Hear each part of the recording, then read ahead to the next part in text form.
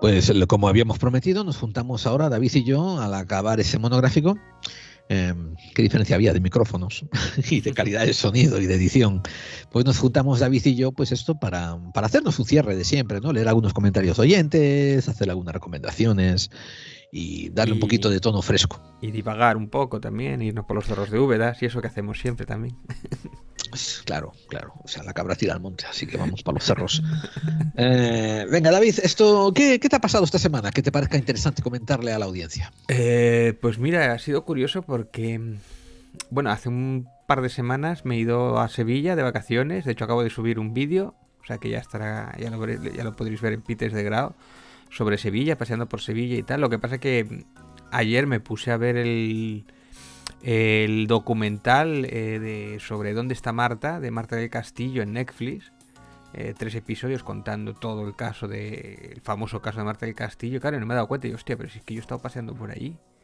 Yo he estado en ese río, yo he cruzado ese puente, he estado por esas calles de vacaciones, paseando y tal. Y es como que de repente me ha cambiado el panorama y ahora que estoy editando más todavía, pues es como, hostia, cómo cambia la percepción sobre según como la historia que nos han contado por ahí. No me acordaba casi de Marta del Castillo, fíjate que es un caso Sí, sí. histórico y Para los que, amigos uf, de Hispanoamérica, cuéntales muy brevemente, un poquito la trama. bueno, la trama es que básicamente una chica de 17 años se va a casa de unos amigos y no vuelve, desaparece. Entonces hay 3 sospechosos y bueno, y una cuarta que pueden ser cómplices, uno que se acaba autoinculpando del asesinato de Marta del Castillo y los otros dos por encubrimiento, de los cuales al final solo se culpa uno, el que dice que la mató con un cenicero en un momento de ira, pero nunca ha aparecido el cuerpo y nunca han conseguido sonsacarle dónde está el cuerpo. Han dado un montón de versiones, ha estado mandando a la policía y ya no sé cuántos años, 15 años después o 13 años después y todavía sigue sin aparecer el cuerpo hoy día, ¿no? Pues el documental en 3 episodios, que está bastante bien el documental, lo cuenta un poco sensacionalista a veces, y hay cosas que no me gustan del documental, que algún momento que sale como que tenía que haber cortado, ¿no? Porque es como hacer un poco de el dolor que tienen los padres sobre la pérdida de la hija, pues yo creo que ahí tenías que cortar un poco, que no era necesario, vamos. De hecho, el documental tenía que ir más a los hechos, ¿no? Pero bueno, aún así, la verdad es que viendo el documental te enteras de todo, dónde estuvo cada uno en cada momento, todo muy visual. Y es fantástico el documental en eso, ¿no? Y después te deja como una última referencia, una última que a mí no sé cómo no lo utilizaron antes, ¿no? El hecho de utilizar los móviles para saber dónde estuvo cada uno en cada momento, en el momento de los hechos, que por lo que sea sabía, pues en su momento no se estudió, algo impensable. Y bueno, parece que eso que están siguiendo investigando después, ¿no? O sea que todavía es un caso que todavía va a volver todavía a los medios, ¿no? Porque era un medio bastante sonado, vamos, era un caso bastante sonado. Y se te pone la carne un poquito y el cuerpo un poquito mal viendo el documental, pero bueno. Me gusta lo que enfatizaste tú ahí hablando sobre que muchas veces se abusa de tanto el tono emocional, ¿no? Mm. Como enfocarse en las emociones que está pasando la gente y esto yo lo cuestiono mucho, ¿no? De los documentales porque vamos, es un artífice muy fácil para convertir esto en docudrama. O sea, exactamente, un documental dramático. Sí. Eh, que una vez más, y esto lo he dicho yo en círculos fuera del programa, en círculos sociales, lo he dicho, que muchas veces esto es muy fronterizo con tipos de pornografía. Ya sé que la pornografía está asociada con erotismo, pero la pornografía, cuando lo estudias en su contenido más lógico, básicamente es excitación de sentidos a través, gratificación, excitación de sentidos a través de lo audiovisual. Y esto también te está produciendo cuando estás mirando estos docudramas lecheros, ¿no? De salsa rosa y todas estas Sí. gilipolleces, ¿no? Dramáticas, que básicamente mucha gente está alimentando también su hambre de tener sensaciones a través de vivir de la vida ajena. Y además lo hacen a través de no ejercitar la inteligencia ni el sentido crítico, sino a nivel emocional, igual que el porno, ¿eh? que es casi instintivo. Es Por que, eso, fíjate, pero ahí es el tema, es así. Tú estás haciendo una ficción o estás haciendo una película sobre unos hechos reales, entiendo que metas sensacionalismo porque es la base de la ficción. Que te lleguen sensaciones y que te produzca algo. Pero cuando tú estás haciendo un documental, de hecho me parece que está mejor en claro, eso, es más acertado el que hicieron de las niñas de Alcácer. No busca el claro, sensacionalismo, no busca el claro. dolor de los... No, porque de hecho lo critica bastante el documental de las niñas de Alcácer. Y sin embargo aquí hay como 2 o 3 momentos, está el padre hablando, se levanta, llora un poco, vuelve a sentarse y dices tú, no, corta, no hace falta verle... que además el padre en general siempre lo ves muy entero, ¿no? Pero no, en Sí, un sí, momento sí, que sí. ves que está, pues no... A ver, es que además no hace falta, porque tú lo ves que está sentado y aunque hayan pasado ya 13 años, por supuesto, ese hombre está, pues sigue estando destrozado y lo ves en la mirada y lo ves que cuando recuerda sigue dolido. No hace falta verle levantarse, llorar y que vuelva a sentarse. Es como... O sea, vale que cuente los hechos, que cuente cómo se siente o qué pasó y tal, pero no... Tiene un par de cosillas ahí eso que no debiera de ser así, vamos. No, yo lo hubiera cortado, no sé por qué no lo cortaron. Pero bueno, aparte de eso... A eso me refiero, de que tenemos que ser muy críticos, con los documentales que intergestionan, que ponen por el medio, ¿no? Es este elemento dramático innecesario. Y bueno, y la Ya, música, claro, que la música siempre es... bueno, ¿Sabes qué es otra. documental es terrible, es durísimo? Y es lo peor y es lo que nunca se debe hacer con un documental, tío. En HBO tienen varios de ellos, ¿no? Y es el documental que Sí, hizo de ¿cuál? Mia Farrow sobre Woody Allen, el caso de Woody Allen, ¿no? Además es un documental de varios episodios que iban sacando uno a la semana. Y ¿Ah, precisamente sí? todo esto de música sensacionalista, citas sacadas de contexto, y es contar solamente una versión que es la de Mia Farrow y muchas cosas que además que si investigas un poco están mal. O sea, el documental es terrible. O sea, de lo Claro. mal que está hecho. Porque más es que tú lo estás viendo y te ofende de Sí, sí, cosas sí. que se saca de la manga. Yo me puse casi enfermo. Yo aguanté capítulo y medio, ¿eh? Y hasta sabías que no había por dónde cogerlo. O sea, es que de hecho incluso debería de ser... Seguramente hasta si Woody Allen lo viera, podía hasta denunciarlo porque... O sea, que no, porque no dice cosas que no son ciertas, pero bueno. Sí, sí, sí. Eso está malísimo, en el sentido de que uno entiende que pues, de vez en cuando en los documentales metan la pata y tengan su momento, como dices tú, dramático porno, ¿no? Lo entiendes, ¿vale? Porque es facilongo, ¿no? Y tira de ratings, tira de audiencia, ¿no? Pero como dices tú, encontrarte un documental que sea así, de un solo lado, contando una sola versión y enfocándose en lo lacrimógeno y lo gilipollesco, ese es perpéntico. Sí, no, y además saca cosas de sitios que no. O sea, es que es terrible ese documental. Yo te digo que me ofende. Y eso no significa que yo defienda a Woody Allen, ¿eh? Bueno, él ganó un juicio. Yo creo que si una persona gana un juicio en los 80, creo que fue además, pues habría que decirle, darle por lo menos el beneficio de, oye, ganó el juicio, no se pudo demostrar los hechos y ahí queda, ¿no? O sea, si has ganado el juicio, ¿qué más quieres? Y después, 20, 30 años después, pues bueno, no han sacado nuevas pruebas, han descontextualizado trozos de películas que él tenía, ¿no? Y dice, pues mira, esto que estaba haciendo esta película aquí es como piensa él y tal, ¿no? Esto es ficción. O de partes de su libro, o notas de audio que él tenía o tal, descontextualizándolo. Y después de hechos que ves que no, bueno, no sé. Me parece tremendo, pero bueno. Y hay alguno más, así, estaba yo pensando... Sí, ¿como cuál? A ver. Pero hay otro que es el caso Wannintoff de Caravantes. No lo he visto ese documental. Seguramente me lo ponga esta noche. Y bueno, pues no sé, parece que Netflix se está especializando en casos un poco así truculentos y esperpénticos, ¿no? Y que parece que eso le funciona. Por lo menos en... de hecho, el de Marta del Castillo estaba número uno bueno, de lo que dicen ellos que más está viendo, ¿no? No sé, yo ya te digo, yo sigo opinando que todos, como audiencia tenemos que ser críticos con esos aspectos, ¿no?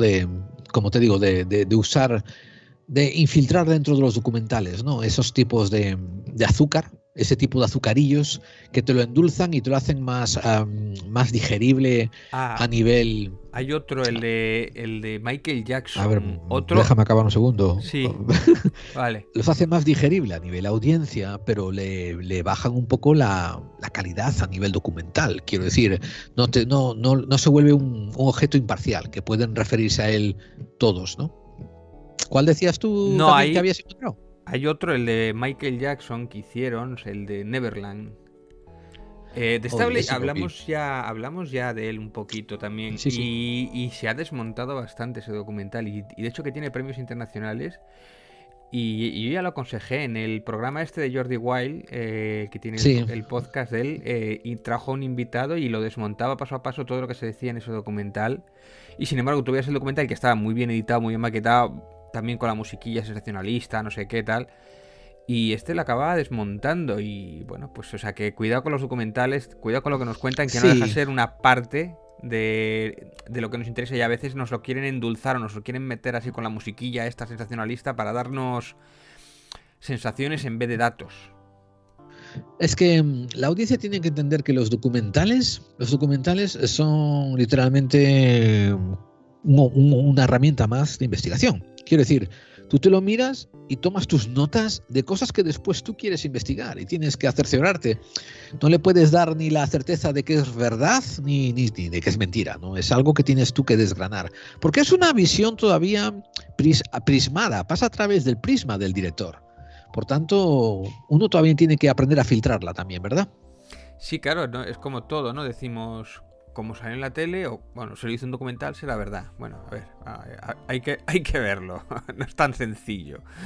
Pero bueno, sí, en el caso, por ejemplo, del de las niñas Alcácer, ese documental sí me gustó bastante y me parece que se acerca muchísimo a la verdad. Y el Pues de... mira, Sí, dale, dale. no, que yo voy a aprovechar también para hacer unas recomendaciones de escuchas, de programas para escuchar, ya que estamos así entre temporada.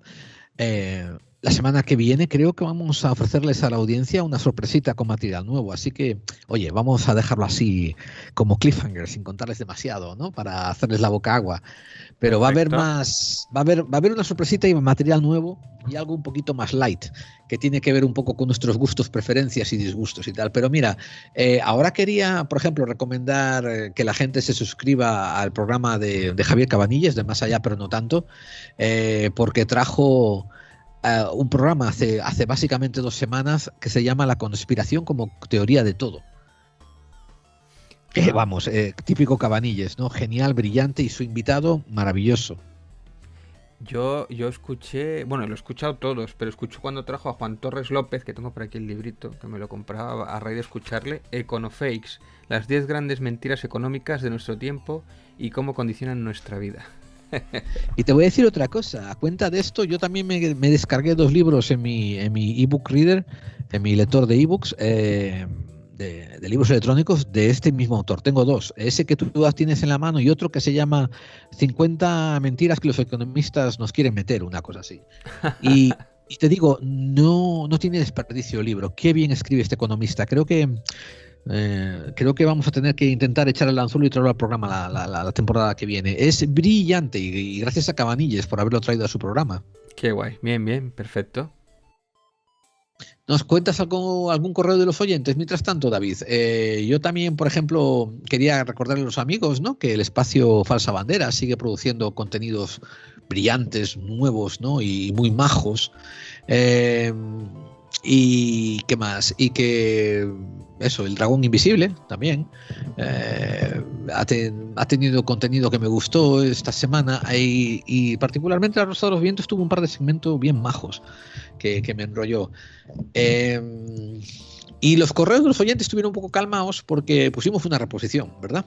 Sí, pero bueno, aún así, por ejemplo, en el que pusiste la semana pasada, el de Sergi Faber, que nos hablaba sobre la obra de su padre, de Andreas Faber-Kaiser, que, pues bueno, recibimos algunos mensajes, ¿no? Hilding decía un programa muy bueno, me habéis descubierto a Sergi y su programa, gracias. Después Marcelo Zamorano me hacía referencia a mí, ¿no? Dice, me sorprende que a David le sorprendan lo de los cursos de buenismo y satisfacción personal, pues creo que desde que el hombre es hombre, siempre ha estado buscando esta clase de cosas muy parecidas a las religiones y creencias espirituales. Muchas gracias por vuestro programa y ánimo. Y pues y yo le respondí que efectivamente, pues mira, ahora que lo dice que tiene razón, que seguramente tenga que ver con la necesidad de parecer beato en la religión cristiana, ¿no? O parecer feliz. Y me parece interesante esa reflexión, ¿no? Anda que no ha habido gente beata y gente creyente que después eran unos hijos de puta, o sea que tampoco tiene nada que ver, ¿no? Franco era muy Claro, beato claro. y Carmen Polo también, pero después, sin embargo, no tenía ningún miramiento en ordenar fusilar o dejar a la gente en las cunetas, ese tipo de cosas, ¿no? Porque lo hacía por el bien de España, ¿no? Y entonces, bueno, aún así, aunque eso contradeciera uno de los mandamientos más importantes, eso le daba igual. Entonces era beato para lo que le interesaba, ¿no?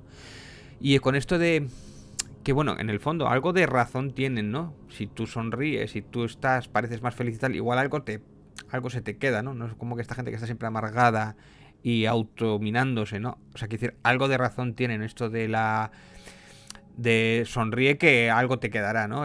Pero claro, es hasta un momento, hasta un punto que es una falsedad, que es como, bueno, oye, no Sí. sé. No, te entiendo, tío. Esto, mira, voy a leer yo uno que tengo aquí, pero este vino por correo electrónico y eso, espero que te dé una pequeña alegría, diciendo que viene de Roberto JM y dice, hey, gracias por esta reposición, a mí se me había pasado, la he vuelto a descubrir una vez que os la oí. Me sorprendió tanto que empecé a tirar de la hemeroteca de vuestro programa hasta que lo encontré y dije, pero por Dios, ¿cómo se me pudo pasar esta cosa a mí?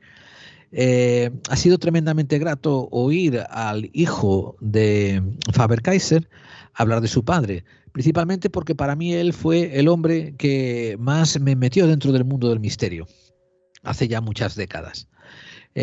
Soy oyente vuestro desde el principio casi, y soy uno de esos que cuando David se incorporó al programa, me pareció que estaba cambiando demasiado el formato, pero ahora lo encuentro como un complemento excelente y no me imaginaría Clave 45 sin David. Qué Así que bonito, mucho ánimo y gracias a los dos.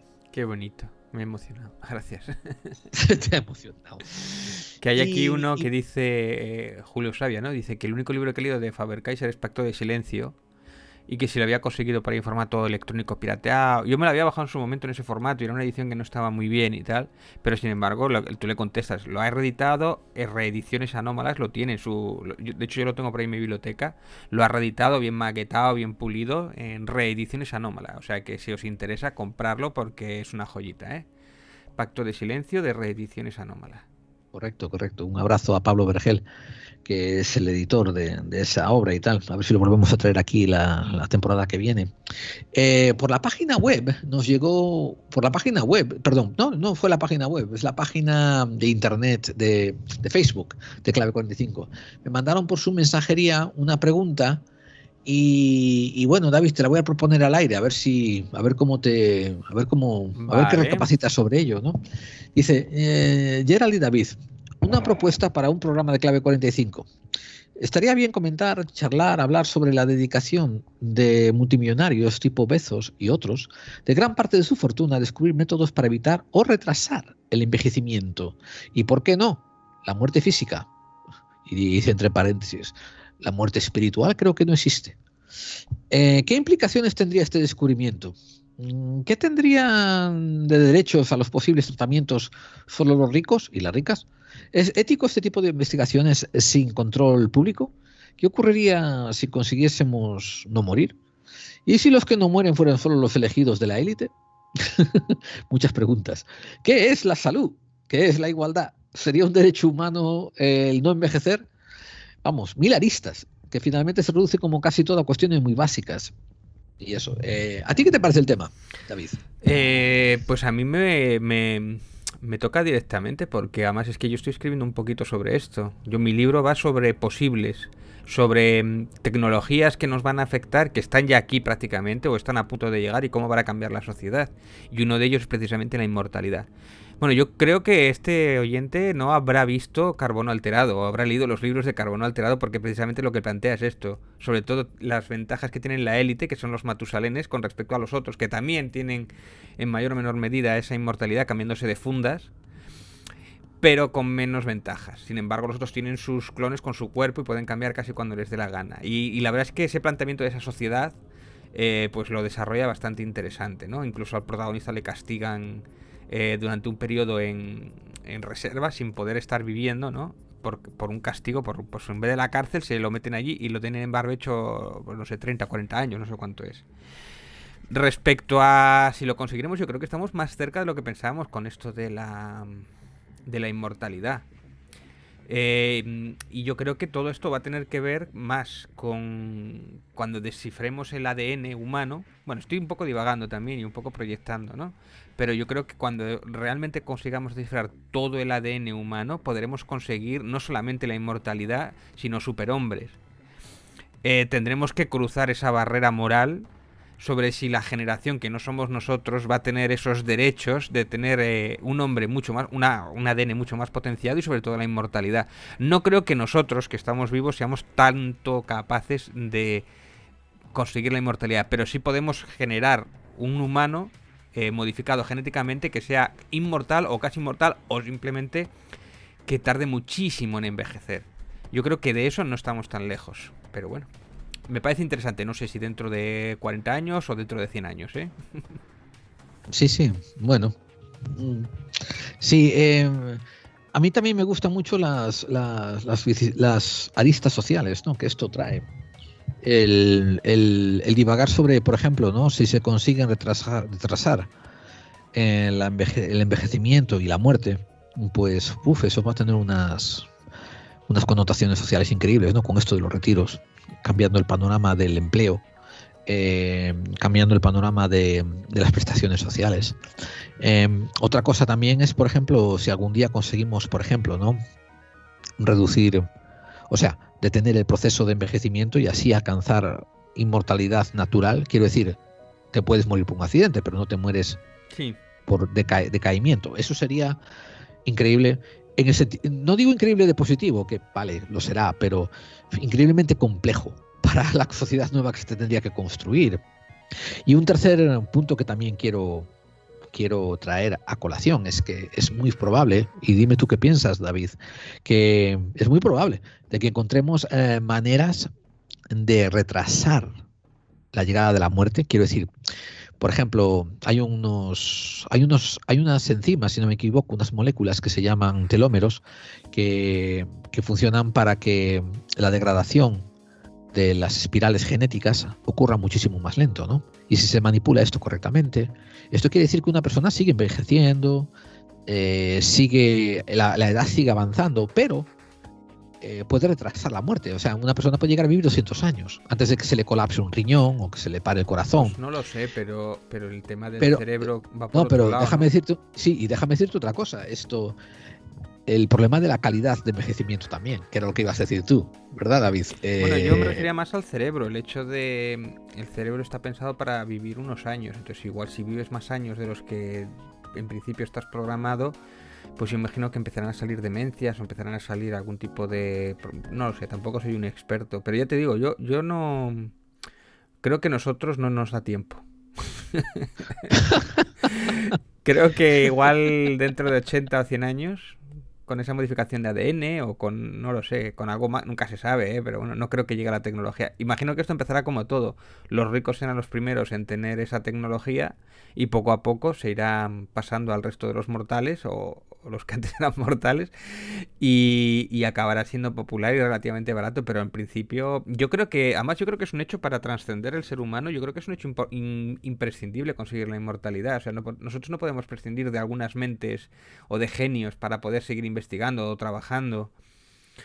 Y ya cuando incluso en un momento en el que tengamos libertad, porque los robots o las inteligencias artificiales estén suplantando la necesidad del sector servicios y ya podemos dedicar nosotros a otras cosas más importantes, pues esas mentes no se pueden perder. Entonces, pues bueno, y después para los viajes espaciales lo mismo. Si tú quieres ir a un planeta al extranjero, o sea, a un planeta lejano, a Alpha Centauri, pues estamos hablando de años luz. Entonces la inmortalidad es un factor que tiene que estar ahí para poder llegar, si no, no podemos, ¿no? Porque además incluso alcanzar la velocidad de la luz, aunque la alcancemos o estemos muy cerca de alcanzar la velocidad de la luz, tampoco podemos ir tan lejos, ¿no? O sea que yo creo que sí, que tarde o temprano, y yo creo que más pronto que temprano, o sea, más pronto que tarde, lo alcanzaremos. Ahora, lo que tú dices, todas estas problemas sobre todo en la adaptabilidad, ¿no? Hasta que desaparezcamos nosotros, las generaciones viejas, habrá humanos de primera y humanos que no son de primera, que son incluso una rémora para la civilización, ¿no? Porque no seremos inmortales y lo único que damos son problemas. Y no alcanzaremos ni tendremos la calidad física, ni tendremos la calidad mental, ni la inteligencia, ni las posibilidades de humanos de primera división, ¿no? Un poco lo que pasa en Gattaca, pero yo creo que más cisma, ¿no? Porque más yo creo que va a ser una generación de repente, +, y esa va a ser perfecta, altos, guapos, rubios, de ojos azules, fuertes e inmortales, ¿no? Hostia, es el sueño de algunos, ¿eh? En plan un poco sueño nazi, pero bueno, aún así, claro, ahí sí, Heil cara al sol. Sí, que ahí está después el problema moral, si lo vamos a hacer, si nos vamos a... Yo imagino que esto será como todo, el primero que lo haga, que posiblemente sean los chinos, al tener esa supremacía irán todos detrás porque no querrán quedarse atrás. Y esto en Star Trek, tú sabes cómo lo resuelven, ¿no? ¿Cómo? Recuérdamelo. Ellos tienen las guerras eugenásicas en un momento dado de la historia de Star Trek y las prohíben moralmente y evitan que haya humanos superpoderosos. Bueno, en general no hablan de la inmortalidad, aunque sí que viven más, pero hablan que son más fuertes, más inteligentes y tal. Y de hecho hay uno de los personajes de Star Trek en Espacio Profundo 9, hay uno que es el médico que lo tiene escondido su calidad de eugenesia, de ser más inteligente que los demás, y incluso se deja perder a veces para que no se sientan mal los otros y tal. O Khan, por ejemplo, el malo de la segunda película, viene también de esas guerras y tal, pero está prohibido. O sea, en Star Trek, según ellos, no les parece justo que seamos todos perfectos genéticamente, aunque hay alguno que se les escapa, pero bueno, ellos tienen unas guerras eugenésicas, tienen un juicio y toman una decisión moral, que eso, no las guerras, espero que no, pero nosotros ese juicio tendremos que hacerlo tarde o temprano cuando tengamos esa, como con otras cosas, como con las inteligencias artificiales cuando cobren vida y todo eso, tenemos que hacer juicios morales y decidir qué es lo que hacemos, ¿no? Como sociedad. Me parece muy interesante. A mí todos esos temas filosóficos y la ciencia ficción no deja de ser una forma de hablar de política, o la política del futuro. Claro. Hablando de políticas y hablando de temas sociales, ¿no? Que en otra índole, recuerdo que aquí en Estados Unidos están celebrando hoy en día el Día de los Veteranos. Y es un poco irónico, y sarcástico, y lo recuerda a todo el mundo lo contradictorio que es esto, ¿no? El pensar que Estados Unidos es un país que tiene básicamente 250 años de antigüedad y que casi desde su fundación ha estado en una guerra perpetua desde su nacimiento, o intervenciones armadas, como lo llaman ellos actualmente, ¿no? Y la mayor parte de todas estas intervenciones armadas tienen detrás un componente económico y corporaciones e intereses económicos que están llevando a los muchachos del servicio militar a luchar esas guerras económicas. Y esto ya lo declaraba, ya lo declaró, ya lo denunció el general Smedley Butler, el coronel Smedley Butler, cuando escribió su libro War is a Racket. O sea, el embauque, el embauque de las guerras, ¿no? Y que esto fue durante la Primera Guerra Mundial, 1913, que ya estaba él, ¿no?, denunciando el hecho de que cómo se usaban marines norteamericanos, cómo se usaban tropas norteamericanas para ir a mejorar los intereses de compañías fruteras, por ejemplo, de los Bushes. No ha cambiado mucho el panorama. Claro. Ahora, lo que vengo a decir, que es un poco irónico, es como en años recientes se privatiza el servicio militar. Quiero decir, tú habrás oído decir que durante los años de Franco, ¿no?, todo el mundo estaba obligado a ir a hacer el servicio militar, y a los 18 te tocaba ir a hacer la mili. Yo libré por poco, O sea, en tipos de democracia también se hacía el servicio militar, y yo libré por... O sea, una generación un poco más antes que yo tuvo que hacer la mili, y yo me libré alargando los estudios. Sí. Pues aquí dejaron eso de lado y la hicieron voluntaria, ¿no? El que se enliste, pues se enlista por un tiempo y le pagan un salario. Y entonces se convierte más bien en una profesión, como hoy en día está España. O sea, otro paralelismo, ¿no?, de España también, que fíjate a qué modelo elige, ¿no?, imitar, el de Estados Unidos, el de sus tutelares, ¿eh? Lo dejo ahí, ¿no? Como un... Sí, lo dejo ahí como un guiño. Bueno, y no sé, y aquí está esta tradición, ¿no? De que vas y le dices al soldado, al veterano que ha vuelto del servicio militar, gracias por tu servicio. Y no hay cuestionamiento de qué has estado sirviendo, por qué has ido a servir, y ojo, has sido profesional durante 4 años. O sea, esto es uno de esos campos que yo no estoy de acuerdo, donde el patriotismo se mezcla con el nacionalismo y se convierte en un patriotismo ciego.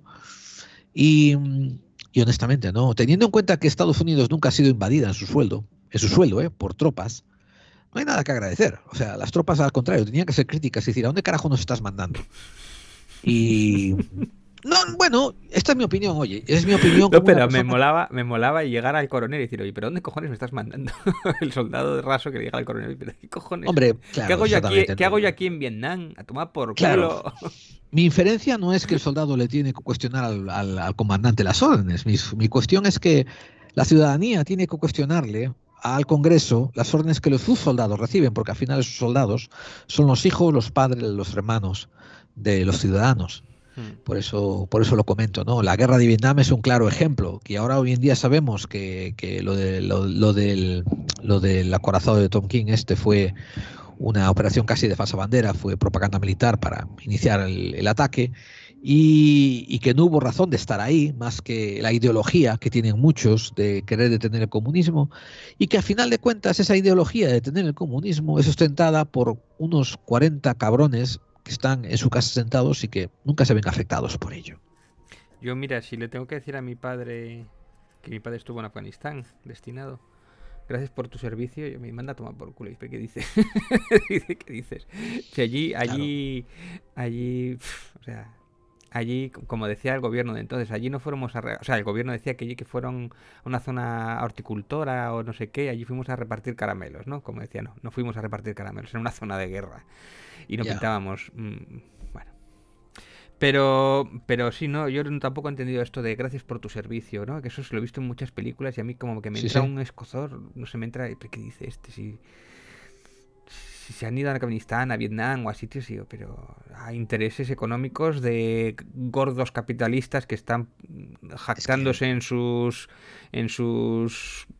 sea, con sus empresas y sus intereses, sus petróleos y tal, y hay pudridos de dinero y a cambio de la vida de chavales de 18, 19, 20 años, que son carne de es, cañón, sí, sí, eso sí, sí, los americanos, exactamente. ya sin contar todos los civiles que mueren del otro lado, ¿no? O sea, Exactamente, ¿no? Y es que es una forma de buenismo, es una convención social por hacerse sentir bien entre ellos, ¿no?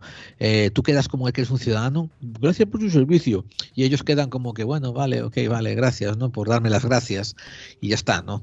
Es un buenismo, como te digo, un buenismo vacuo, inútil y que te exime de ejercer tu sentido crítico, ¿no? Sobre el tema.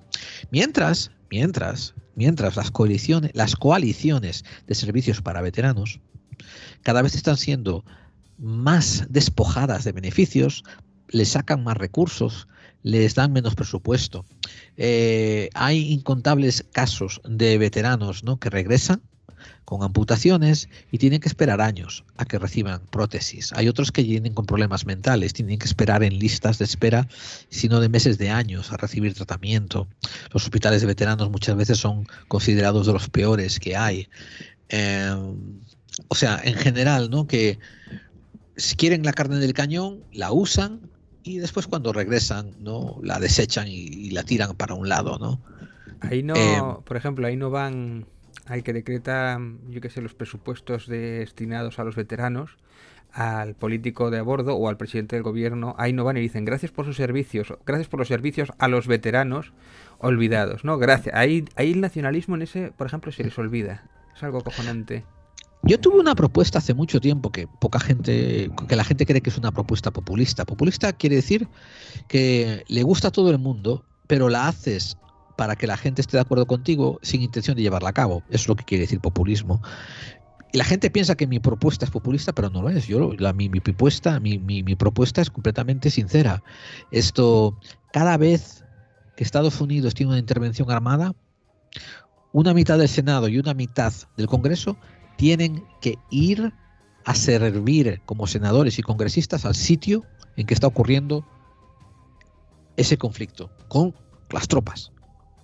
Oye, hoy en día ya hay, ¿sabes? Zoom, hay Webex, hay Skype, así que pueden hacer las sesiones del Congreso remotamente sin problemas, ¿eh? Y está de puta... Sí, lo digo en serio. No, es No, algo muy elitista el agarrar y decir, voy a mandar a los hijos de la pobre granjera de Iowa a que se mueran por el petróleo en Afganistán, y yo aquí mientras tanto estoy cobrando mi salario de $200,000 al año en sí, Washington DC. sí, obviamente eso no va a ocurrir. A todos nos gustaría, ¿no? Que los hijos de los políticos que han provocado la guerra o han firmado el decreto de la guerra, ellos o sus hijos fueran también en primera línea, ¿eh? ¿No? Porque también está muy bien eso de decir de que van a la guerra pero se quedan en las partes que no hay riesgo, ¿no? Pero lo que pasa es que como las guerras han cambiado ahora tanto y ahora va todo con drones y va todo con informática y tal, de hecho ahora mismo casi los soldados son casi... están obsoletos prácticamente. O sea, que es que todo el No, panorama, todo el no, panorama o está sea, tú estás cambiando. mirándolo desde un punto de vista autoritario, pero no es realista. Resulta que dentro de las Fuerzas Armadas de Infantería hay cientos de miles de reclutas y ellos no pueden justificar el tener a sus reclutas sentados mientras está ocurriendo una guerra. Por tanto, los mandan al lugar, aunque, claro, como dices tú, no los ponen al frente y no están luchando contra cuerpo a cuerpo, pero están en lo que se llama un campamento de zona verde, donde cada 2 por 3, claro, hay atentados por parte de los insurgentes alrededor, Sí, sí. porque tú estás invadiendo y ellos te quieren echar. Entonces, todavía estás poniendo en peligro la vida de esta gente. En teoría, como dice, pero en teoría, si se hiciese como dices tú, ¿no? La tecnología estuviese tan a la orden del día, ¿no? Que se prescindiera de la infantería, eso implicaría que se cortarían los reclutamientos, descenderían casi un 50%, y se reclutaría solamente gente técnica que usaría estas máquinas remotas, ¿no? Para ejercer la guerra, porque tú hablas de un dron, pero tú eres consciente de que un tanque se puede dronizar. No, No pero solamente una máquina voladora, un tanque también lo un puedes manejar avión, hay remotamente. drones del tamaño de un avión y hay, claro. Claro, pero digo, un tanque, un buque de guerra, Ujú. bombarderos se pueden dronizar. Y por eso la gente que pones en peligro se reduciría mucho más. Pero claro, escucha, si reduces el número de botas en el suelo, como lo llaman aquí, boots on the ground, ¿no? O sea, infantería, pues entonces va a haber un grito por parte del personal del Congreso y de los votantes por reducir el presupuesto de armamento militar. Y claro, eso es lo que están evitando. Y en cierta Si, manera, te lo digo en si no hay serio. negocio, no hay guerra. Y claro, y si no hay vidas puestas en peligro, no hay justificación para aumentar los presupuestos. Por eso te digo que hoy en día a esta gente que la ponen en peligro y que la mueren, muchas de ellas es innecesariamente y es por postureo político para justificar sus presupuestos. Que es peor, es aún peor que el necesitar, como en los años 70 cuando fueron a Vietnam, que necesitabas tropas de combate en los Hmm. pantanos luchando contra el Vietcong, a pesar de que era moralmente injustificable. Pero bueno, hoy en día no solamente sigue siendo moralmente injustificable, sino que no hay necesidad y aún así lo siguen haciendo. Así que felicidades de los veteranos, a todos los pobres norteamericanos que están sirviendo de carne de cañón. Y con esta nota alegre, pues nada, nos despedimos. Ya nos ha jodido la tarde, Gerald. En fin, David, pues vías de contacto. Yo recordaré a los oyentes que tenemos un correo electrónico, podclave45@gmail.com. Tenemos una página en Facebook que es clave45, búsquenos ahí. También tenemos un grupo llamado Buscadores de Claves y un Twitter que es @podclave45. Y David Santiso tiene un canal de YouTube que se llama Pites de Grau. David, todo esto es de memoria, sin chuleta, fíjate. Vale, el Twitter es @laclave45, que lo has dicho mal, me parece. Ah, gracias. Por eso estoy sin chuleta. Y salimos por Gracias, David. Spotify, iVoox, SoundCloud y el canal de Clave 45 de YouTube y el de Peters de Grau que también tenéis por ahí. Sí, señores. Y os recuerdo que ahora durante la temporada vamos a poner el canal de YouTube mucho más al día. Y si queréis verle la cara a David, que yo digo, es una cara hermosa, varonil, aguerrida. Joder, o sea, ¿cómo se llama el de Vox? El Barbas El este. Abascal. Abascal no tiene nada encima tuya, tío. Olvídate. Además, tú seguro que has currado cientos de horas más de lo que Abascal ha currado en su vida. No es difícil, porque él no ha currado nada. O sea, él no ha sudado en su vida, o sea que... Muy bien, y eso es todo lo que tenemos por hoy. ¿Te ha gustado, David? Sí, perfecto. Ahí. Pues, ¿qué hacemos la semana que viene? Pues divagaremos un poco sobre nuestros gustos. Me parece un buen plan y daremos alguna sorpresilla nueva y daremos contenido nuevo, prometido. Esto ha sido Clave 45. Yo soy Gerald Dean Y yo soy David Santiso. y este es el programa que hacemos para aquellos que intuyen. Que las conspiraciones existen. Y la semana que viene estaremos aquí para hablar de más cosillas. Así que, David, hasta la semana que viene. Hasta otra.